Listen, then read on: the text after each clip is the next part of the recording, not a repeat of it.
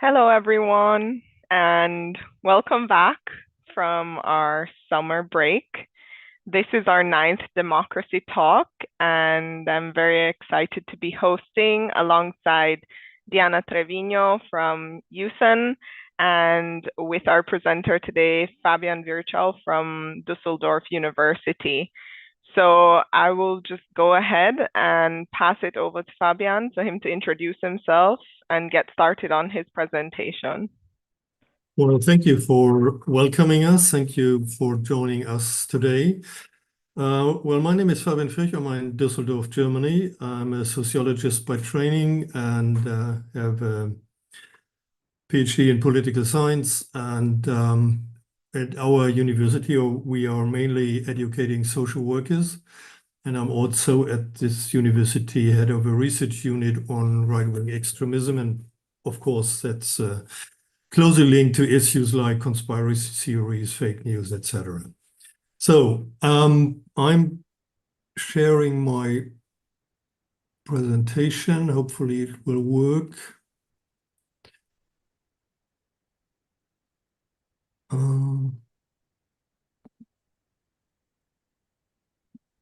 Okay. Can you see it? Yes, it's good. Okay, perfect. Thank you. So, challenging fake news and conspiracy theories in education. I think that's an important issue for many people who are working in the educational sector. And I'm trying to cover some aspects of this very broad field.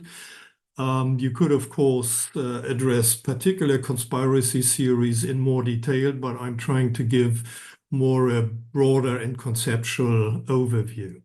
So this is the structure of my talk. I will briefly cover issues of conspiracy theories and fake news, the dimension of the problem, but also a bit on the structure of conspiracy theories, because I think it's important to understand how they work, if you like. Then briefly on the impact fake news and conspiracy theories have on the democracy. And finally, at least addressing some of the approaches that might be helpful to handle that in the field of education.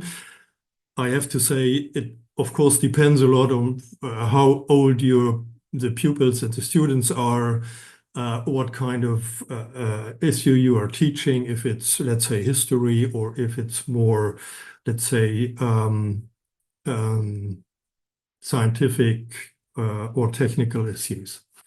So this is just, I will not cover and go into detail of all these images, but it's the aim here is to give you an impression how relevant that problem is. And if you turn to the left image, belief in conspiracy theories, that's a comparison Canada and the United States. And you see that the statement that mainstream media manipulates the information it disseminates, there are 55% in Canada and 63% even more in the United States that agree to this statement. And if another hot topic, of course, had been the COVID pandemic, where half of those asked in the United States agreed to that a statement that it was created as a biological weapon in a lab. And a third of those asked in Canada, at least. So, of course, and this is, I'm turning to the center of the slide, believing conspiracy theories, in this case, it's about the COVID pandemic, is not equally distributed amongst the population. There are groups, maybe according to income, to age, or to gender, where there is a difference in the level of believing or supporting a particular conspiracy theory. And to the right side of the slide, you see a couple of, let's say, prominent conspiracy theories, and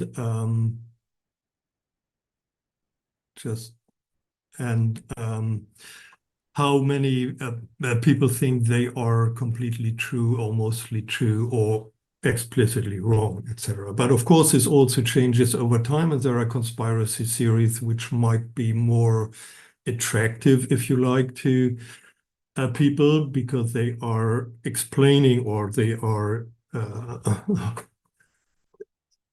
explaining issues that are much more closer to the day-to-day life and the situations people live in, and there might be others that are far away. So here, just referring to the left side, this is the fraction of respondents indicating that the COVID pandemic has been a result of deliberate and concealed efforts of some government and organization, for example, the World Health Organization. And you see across Europe, there are countries that where respondents, even a majority of those responding, agreed to this statement. And the countries our project is involved with: Finland 12%, Ireland 26%, pretty high, Spain nearly 30%. So there's a variety. And of course, if we would look deeper into it, we might find factors that explain why in certain countries it's higher than in others. And we could also look at the age of those who were following the particular conspiracy theory. Briefly on the structure of conspiracy narratives or theories, depending a bit which term you would like to use. There is an extended debate in academic circles about what is a proper term. Is there really a theory behind this narrative of a conspiracy, or is it just a kind of ideology, etc.? But I will neglect this discussion here. So I think it's important to understand that every conspiracy narrative offers a kind of social map, a map explaining the society. And there are principal four groups that are addressed. One is the core group of the conspiracy is small. That's in a way natural, because the larger a group is, the more easy it is to detect that there is a conspiracy. And in some cases, it's just one person, like Bill Gates, who is, with this conspiracy theory, made responsible for negative impacts of vaccination. The second group, which is a bit larger, that are people who are supporting the conspirators. So maybe because they don't know, or because they are hoping to gain some profit from it. And if we take the COVID pandemic, it's been personnel from the medical sector, but also journalists who had been assigned to this group. The third group is a vast group, the biggest group in the society, and those who are have designed the conspiracy narrative argue they don't know nothing, or they just follow what the government is telling them. And they have to be educated by the fourth group, which are those people who are already understand, okay, there is a conspiracy and this particular group is responsible and this is how they do it. And they present themselves as educators and fighters for the truth, and doing so also gaining some risks and doing this educational work, bringing themselves also in situations of danger because the government or the conspirators are behind them and trying to chase them. So this is basically the social map you find in every conspiracy narrative. Sorry, Fabian. There's these two gray boxes that are blocking the slides. I think that they might be Zoom for you.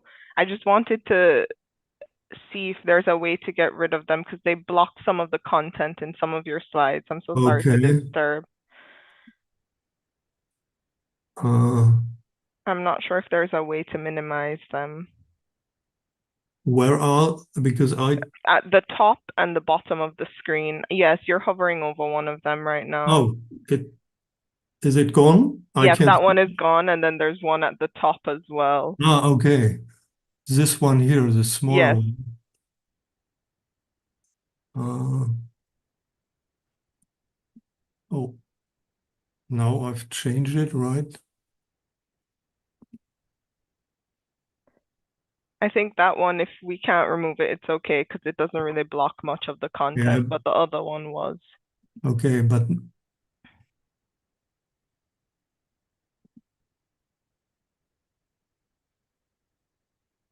hmm.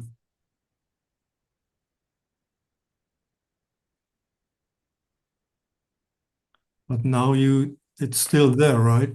It's still there, but we can see everything, so I think it's Okay. okay if you want to continue. Okay. So, Yeah, okay. Hopefully it works now. So, yes. of course, one of the important questions is why do people believe in conspiracy narratives? Why are they attractive from a personal perspective? This is, of course, also relevant for educators. And I think we first have to understand that conspiracy narratives are particularly attractive in times of crisis. And no doubt we are living in a time of multiple crises. And what they do is they offer a coherent explanation of very complex issues. And so they bring in order into a chaotic situation, into a situation where people feel insecure. They also, because when people believe in them, they give a sense of being in control. I know what I have to do. I know what's going on. So believing in them reduces a feeling of insecurity.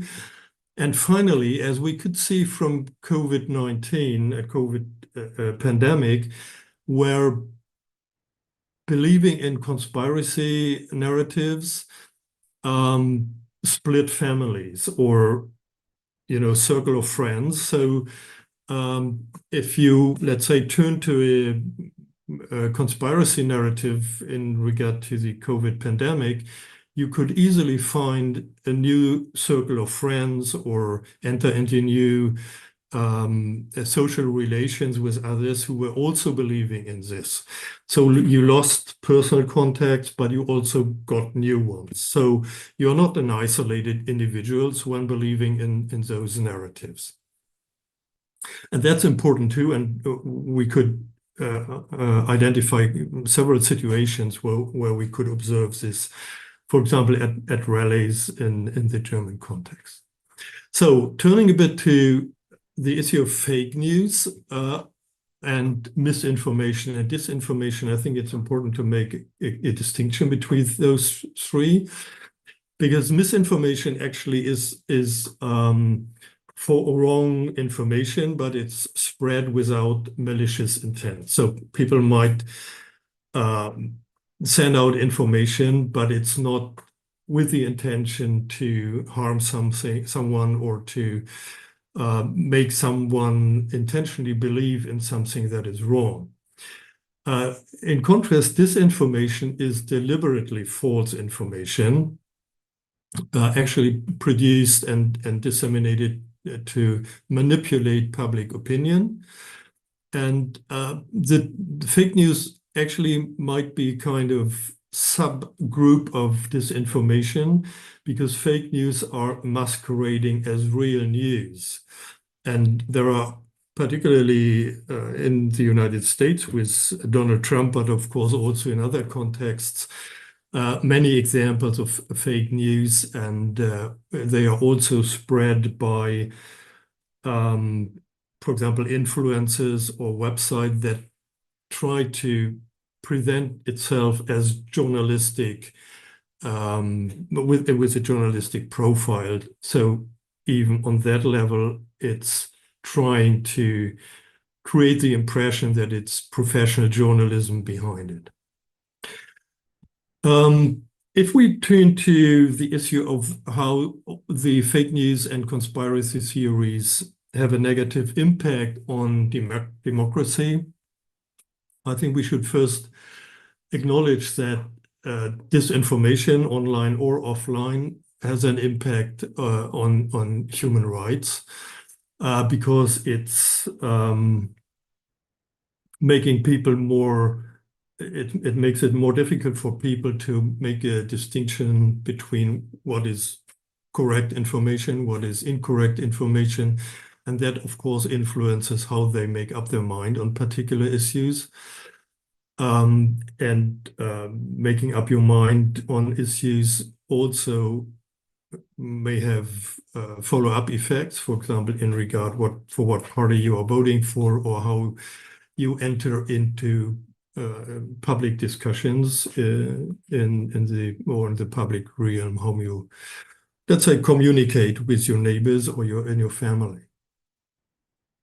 And often fake news and disinformation is used to disqualify democratic institutions or the public media system. It also creates situations or leads to situations in which there is a tendency, or it's even exercised violence in social interactions. So, and in this way, we could argue that a robust counter-disinformation is needed to protect democracy. And that's one of the dilemmas. To do that can itself undercut human rights and democratic equality. So this is, on the one hand, countering disinformation, but on the other hand, protecting freedom of speech is, in a way, walking the tightrope. And we might later discuss how we can address this in schools or in educational settings.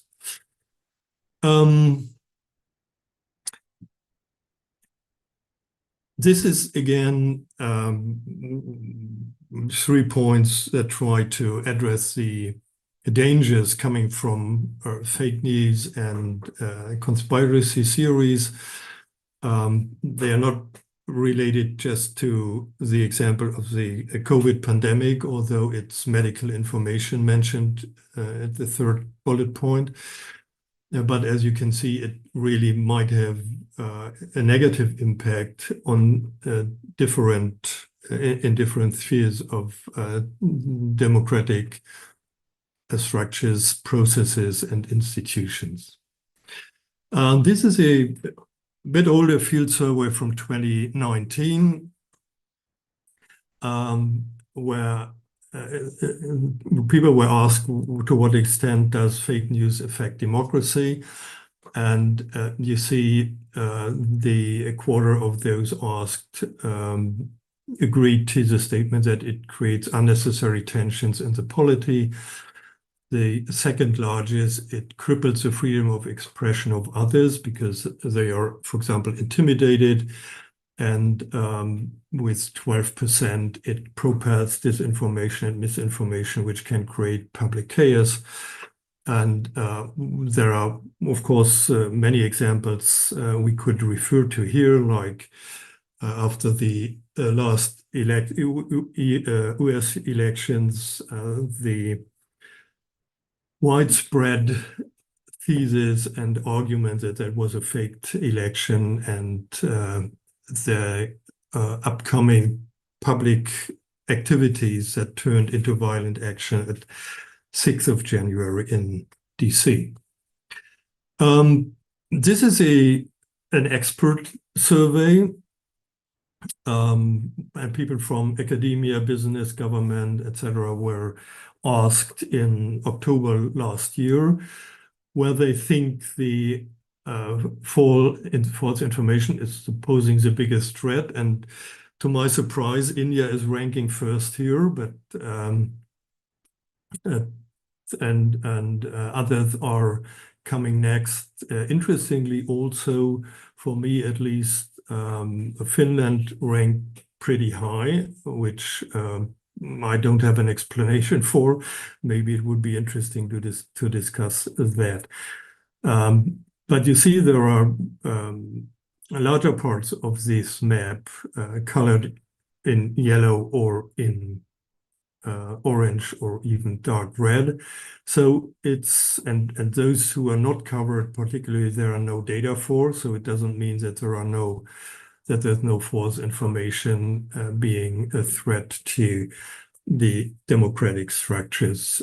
Maybe even the contrary, that in countries that are gray, misinformation, the production and dissemination of misinformation and disinformation is run by the state or agencies close to the state.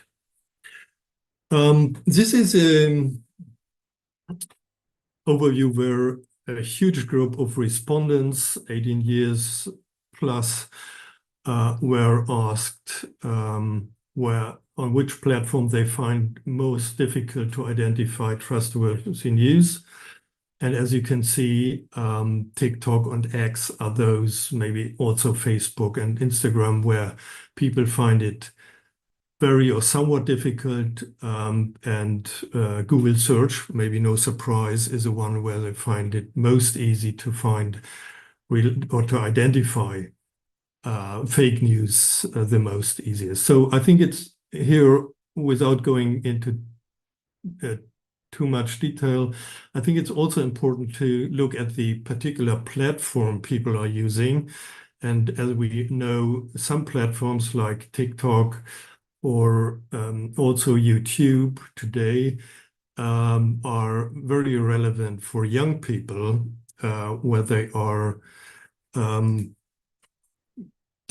looking for information, where they are discussing and oops, sorry. No. Sorry.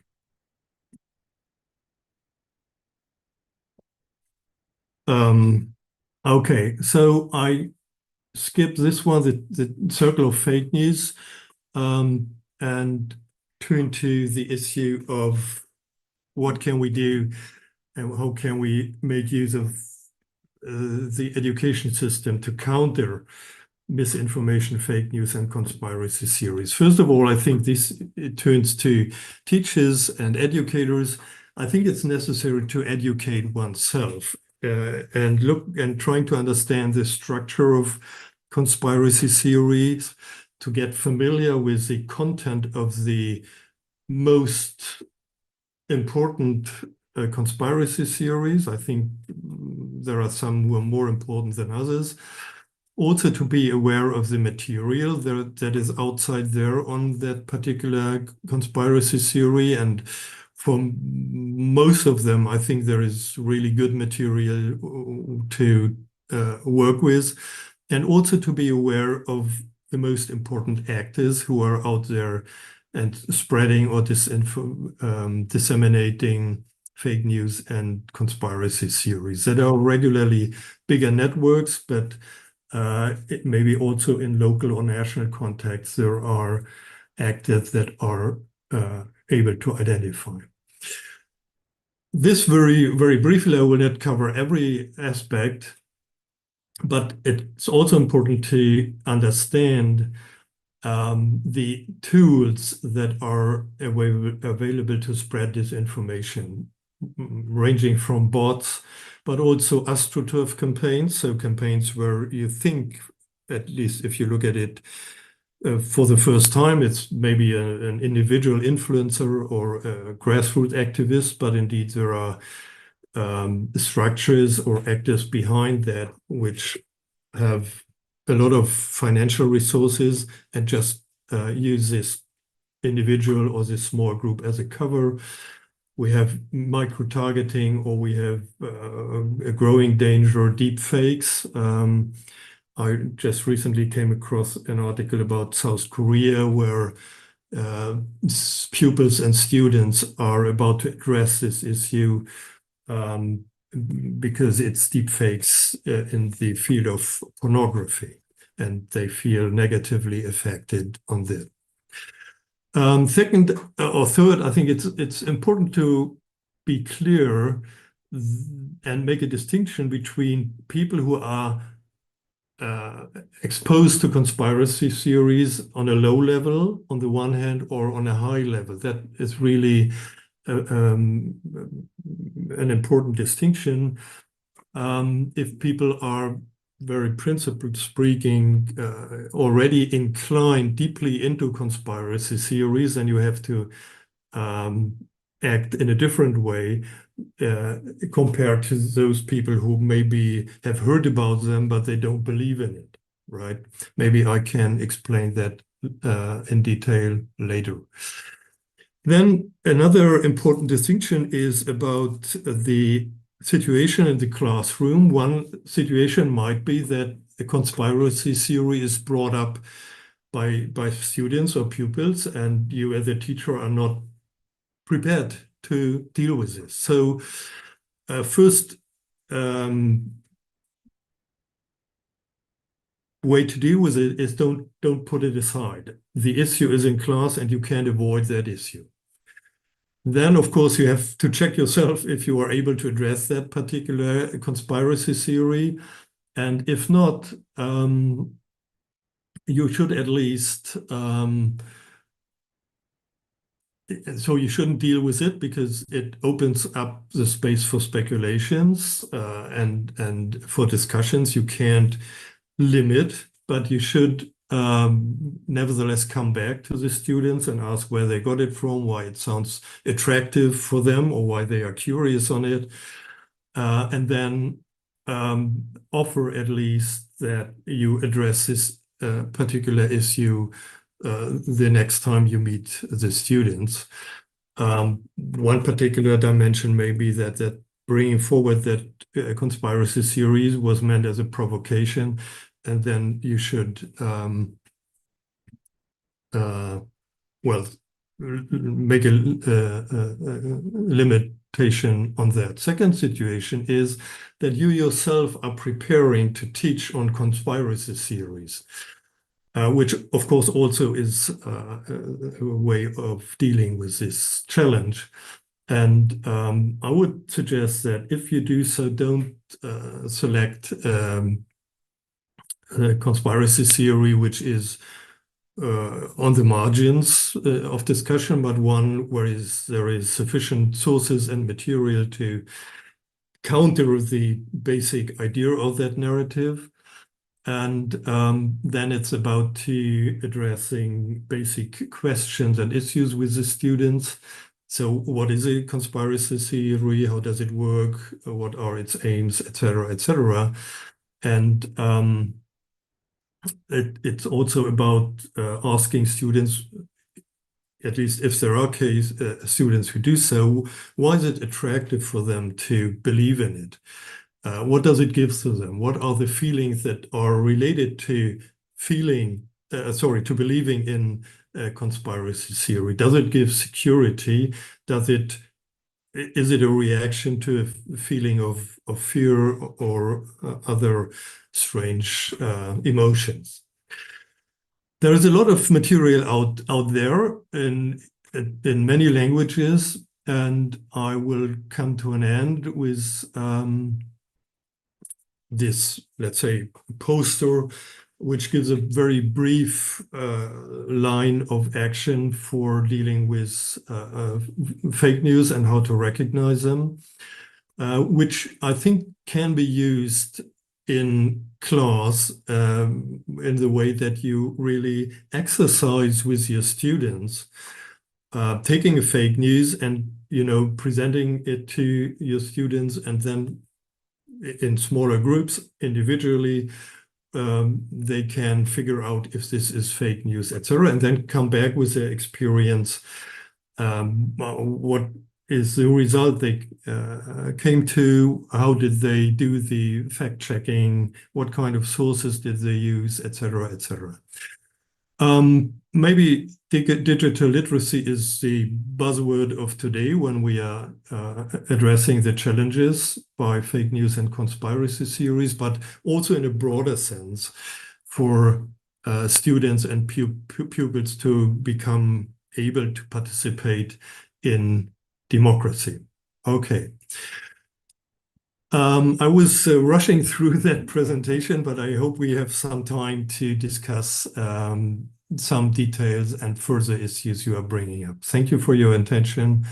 I stop sharing the screen. Okay, thank you.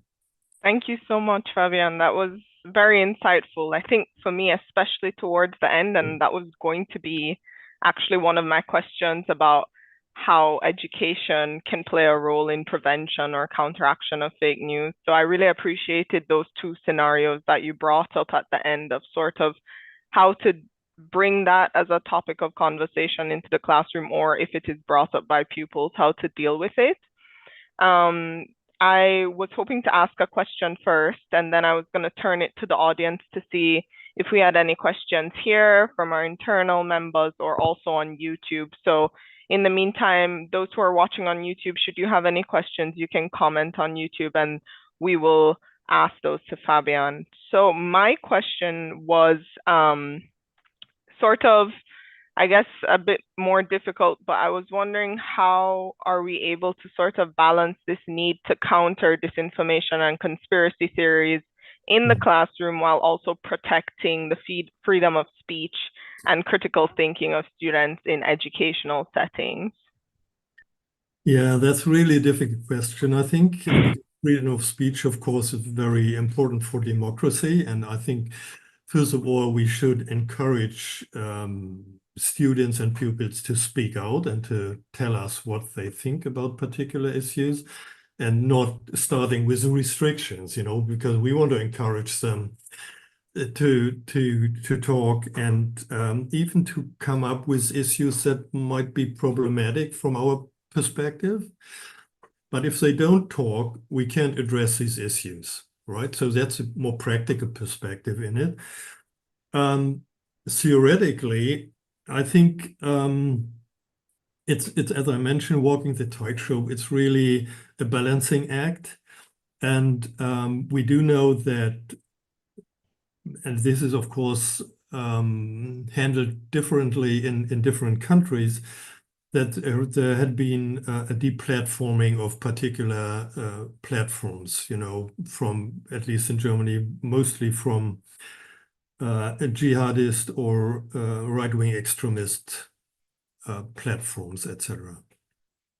And I think one way to do it in class is actually to make it the subject in the classroom, to address this dilemma and to see what students and pupils think about it and how they would decide in a particular case. Would they, let's say, ban it or deplatform it, or do they think that the protecting freedom of speech is the highest value? And then what does it really mean? Does it, and I think so, also then mean accepting that those who have different positions, or who are speaking out critically, they have the same right to do so, right? And in a broader sense, this how this is organized, let's say, countering disinformation on the one hand and protecting freedom of speech, that's in a way a societal negotiation process, and pupils and students can be part of that and should be part of that in a democratic society. And it's not that someone from above can decide on it. Of course, yes, we have lawmakers, etc., and that's part of that game. But yeah, I think one approach would be to make it an issue in the classroom explicitly, and this also means taking students serious with what they think about this question. Thank you very much. That was a great answer to a more difficult question. So I wanted to turn it over to Georgios. I see that you have a question, and then we have a question from YouTube as well. Thank you, Vanina, and many thanks to Fabian for this very comprehensive presentation. I wanted to challenge you a bit, because we are talking about the conspiracy theories and that side of the problem. Of course, there were always gossipers in the past. The new media allows it to spread faster, perhaps, and to look more authoritative. But it's not that in the past the truth was the only thing that was circulating around. So I wanted to see also the weaknesses of democracy and how we can correct them that allow for these conspiracy theories to take root. For example, as you said, we have to check the source. But when the source is not reliable, when the institutions have been undermined in their credibility, where do you get the truth from? When, let's say, the legitimate government or other parties, they choose also to use counter propaganda and not to establish the truth. Then you have an overall erosion of the institutions. So I would say, for example, what happened to the Nord Stream pipeline, right? So one side says this, one side says the other thing, but the good side or the side of democracy said something wrong at the beginning, and then now we are getting to know there. So if you don't know where to go to get the truth, then there is a big problem of building conspiracy theories to have less insecurity and to explain the events that are happening. How can democracy be strengthened, and how can young people also demand for democratic institutions to be truthful and not just play propaganda games again? Thank you. Mm-hmm. Yeah, thank you for that question. That's really another challenge, I would say. I take your example with Nord Stream as you know, to go further with that. I was following that, of course, as someone who's interested in what's going on in the world. And I think part of what education and schools should offer is the idea and make strong is that there are situations where we don't know the truth. And then we can, you know, at least we don't know it immediately, you know. So if we take that example, there were many explanations out there, and people said, okay, it might have been the Russians or the Ukrainians or the US or the Swedes or Polish people, whatever.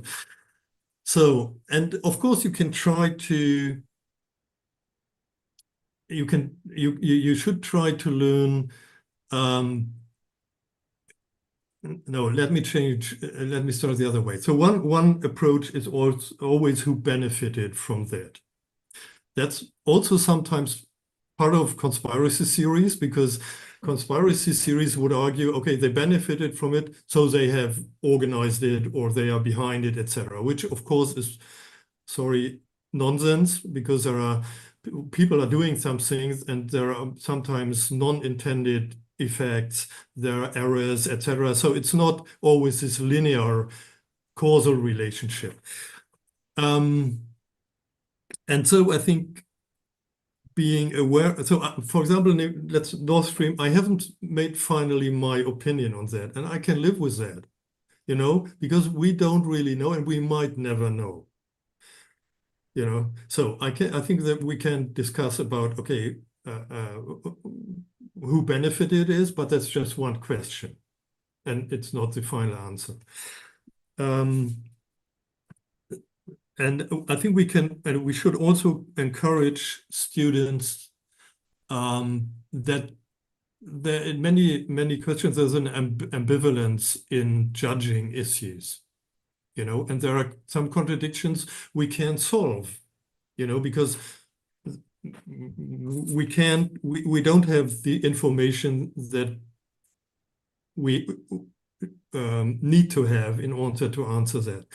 So to accept that there are, I don't know, in many situations, we don't know the truth at that particular moment. I think that's also important to accept. And the next issue would be that, well, we are academics, but even in academia, finding the truth is a process. You know, so there's research on a particular issue. We have, let's say, knowledge or a position or empirical evidence for a certain perspective, but it's not 100%. You know, it can be that 10 years later we see, okay, that was wrong. And I think to teach that without coming to a situation where students say, okay, then I can't believe in anything. That's a challenge, you know. And you started with the issue of sources, and I think one way is also to check sources across the spectrum of opinions, you know, and how this is discussed.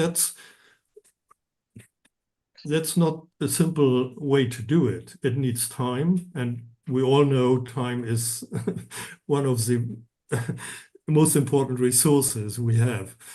But I think at least to teach students that there are ways to do it, and if they do it later on, that's of course their decision and on which questions they make use of it. Not the perfect answer, I know. Thanks, Georgios. Thank you, Fabian. Georgios, I don't know if you had something to say to follow up. If not, we have quite a few questions. We'll continue the discussion, Tuesday. Okay. We have quite a few questions lined up. The first one is from YouTube, from Maurice Edgar, and they ask, how can we create classroom activities that help students practice identifying fake news? I think you have sort of answered that in a way, but if you want to expand on it. Well, yes, thank you for the question. I think one option, of course, could be to bring to take examples of fake news you bring to the classroom as a teacher, and maybe some of them are fake news and some are real news, and then ask them, okay, how could you identify?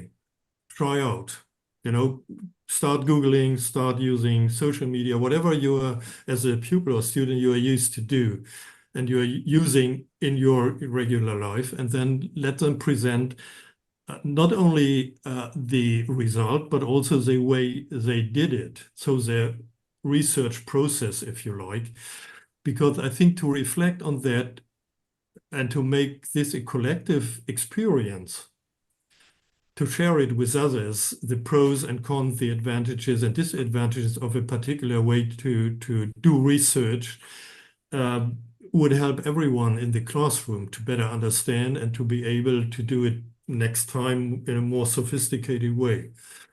And of course, you can also ask students or pupils to bring their own examples and their own experiences. I think that's always important to link to their personal experience. Maybe of course, the particular example you take depends very much on the context you're working, you know, and if there is a hot topic currently discussed in your neighborhood or wherever you live or in your national context. Thank you for that.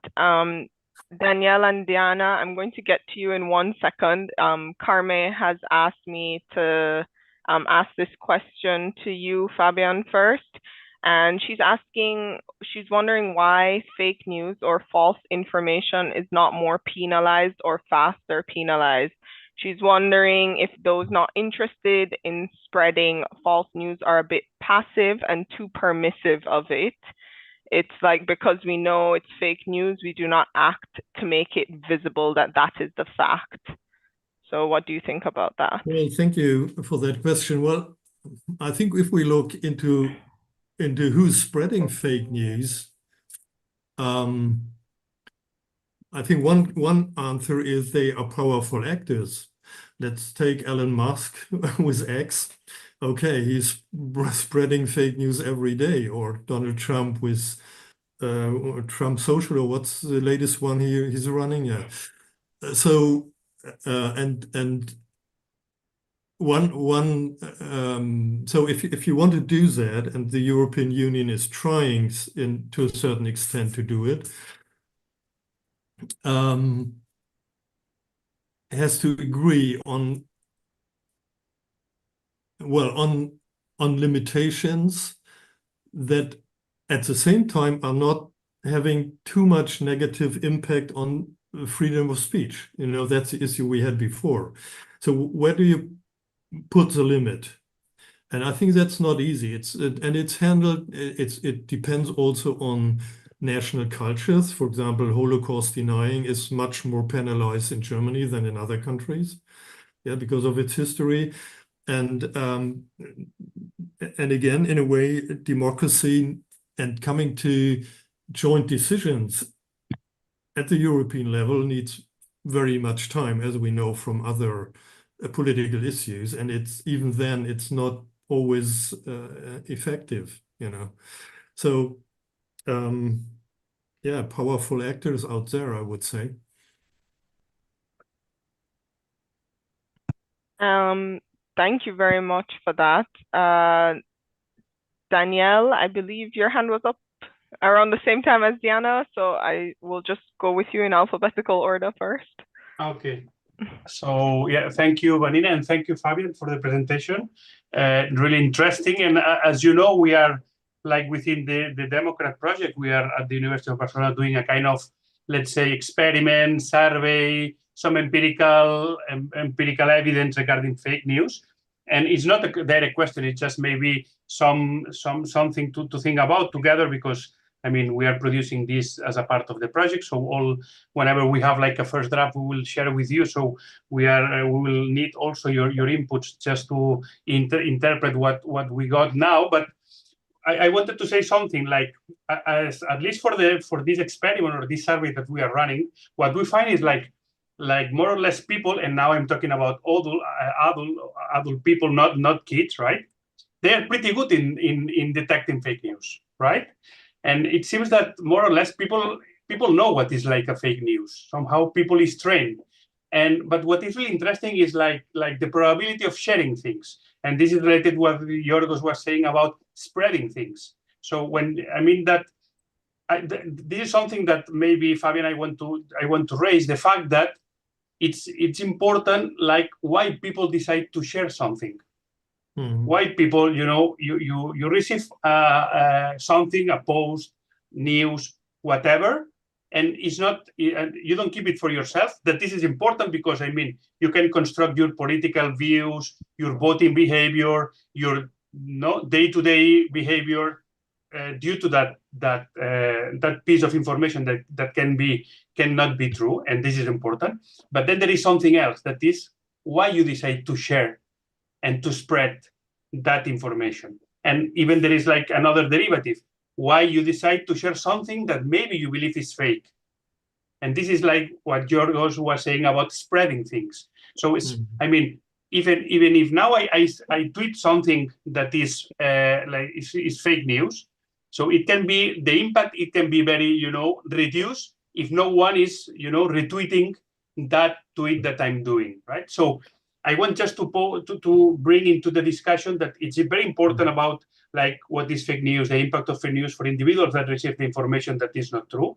But it's also important why individuals decide to share, retweet, you know, and spread information. And sometimes they know or they perceive that maybe that information is not true. You know, and that is somehow, you know, it's a bit, it's making me think about, you know, what's going on with people that maybe you receive something, you know, that is not completely true, but come on, I share it with my network, and then things start to spread out, right?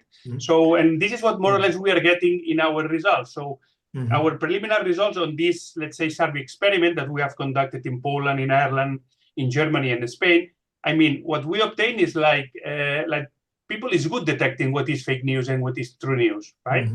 But what is interesting is like we get more result on the probability of resharing. And we have like some interesting things about like people like with more extreme opinions, political opinions, are those that decide to share more information on networks. And that is something that is telling us that be careful that maybe this activity by, you know, ideological people that is they are on the extremes. These are maybe the ones that are like, you know, like sharing some information that at the end could be not completely true. So I just wanted to bring, it's not a question, Fabian, it's like just more fit for thought on this topic that I think is really interesting. And in the Democrat project, we are working on this quite intensively. Thank you. Well, thank you for that thought. I think the share of people or the number of people who really believe fake news, etc., might be context sensitive, but okay, why do they share?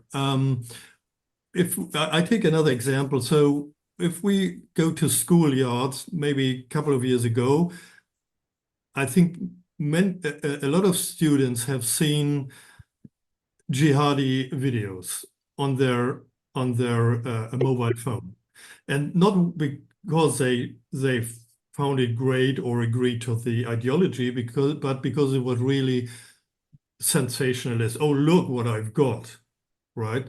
So and I think sharing, retweeting, etc., might also be motivated by this. Oh, look what I've seen. Yeah, what do you think about it? They don't talk about what they themselves think about it, but they just share it and hopefully get some response, or they don't get it, or it was so crazy, you know, and so I think there might be many dimensions why people do so. You know, they want to gain some credibility because they have access to this kind of material or whatever. And this might also be part of educational task in school, you know, to reflect on why I am retweeting, you know, and is it really necessary to do it, or could I stop it at a certain time in order to reduce negative impact, societal impact, right?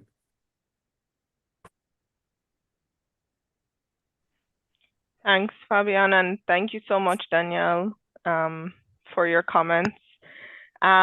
Next, we have Diana, and then we have Ben, and then I'm afraid that after that, we will probably have to end. It would be up to an hour, but I will be publishing a blog from Fabian on the Agora where we can interact more with this topic in the following days. Go ahead, Diana. Yes, thank you very much, Fabian, and all of you for your contributions. I have many questions, but I will try to focus just on one. You gave at the end of your presentation some examples how to deal with conspiracy theories in the classroom, so to say. And I was thinking, this is like a typical topic that is included in digital literacy, how to deal, the ways to teach. But I would always think, isn't there not also the need to train students and pupils on psychological competences to make them more resilient, to face problems of life in a better way?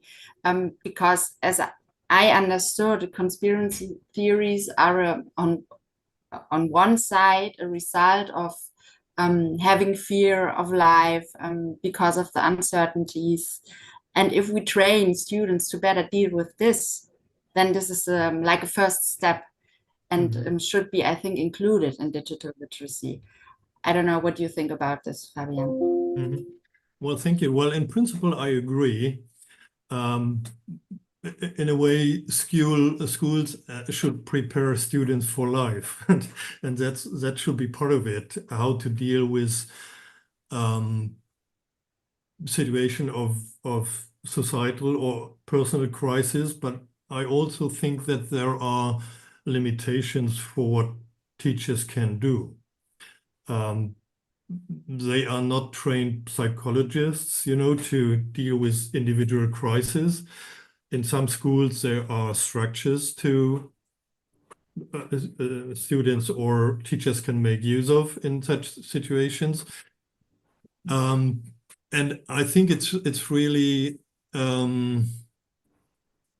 it's a huge task if we take that serious to make students resilient against crisis. well, maybe there's a middle way that teachers can address particular questions and offer some ways to deal with it, but to really practice or train, I think that is too heavy load for schools in a way. But it might be different in different countries. So I wouldn't say that I'm an expert in that. So, but it's an interesting topic. We might take that as a question in further discussions, maybe when we talk to teachers and ask them if they think they can do it, would be interesting to see the results. Thank you. Ben, you can go ahead. Okay, thanks, Benita. And so thanks so much, Fabian. It was really, really interesting. I was wondering, in terms of teachers, as you were speaking, I was wondering, how many teachers believe in conspiracy theories? To what extent, are they engaged with some of those ideas and ways of thinking that are connected to conspiracy theory? So that was on one side, and on the other side, I suppose that if we're asking teachers to engage with conspiracy theories themselves in order to better understand the issue and then to teach about it, is there a need for teacher education to support reflection on and critical thinking about those issues? Yeah, well, thank you. Okay, if a teacher, him or herself, is also following the conspiracy theory, okay, that makes it more difficult. Then I think it's an issue for the group of teachers in a school to deal with that, to address the issue, to talk on an equal level to them, and also find out, okay, why is he or she following this idea? Why is it attractive? What's behind it? Is there any help that can be offered? And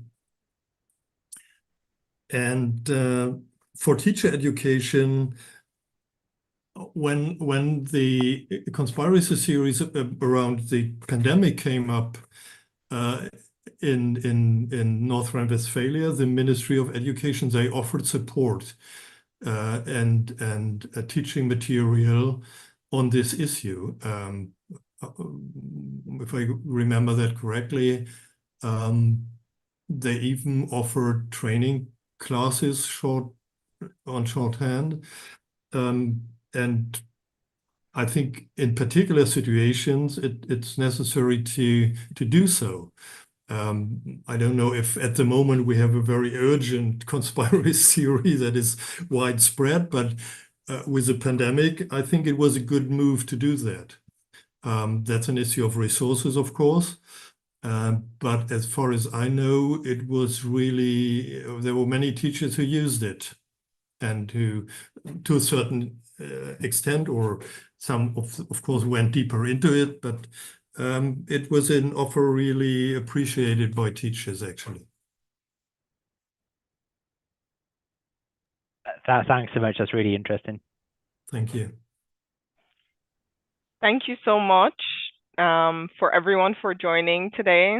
We've had some really good participation, and most importantly, thank you, Fabian, for such an incredible and insightful presentation that sparked such a great conversation and discussion. We're coming to the end of the 9th Democracy Talk.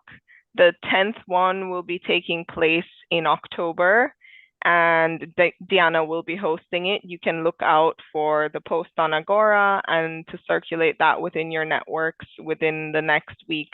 In the meantime, Fabian will also be sharing a blog on the Agora, so you can look out for that and you'll be able to comment and read more about this very important topic.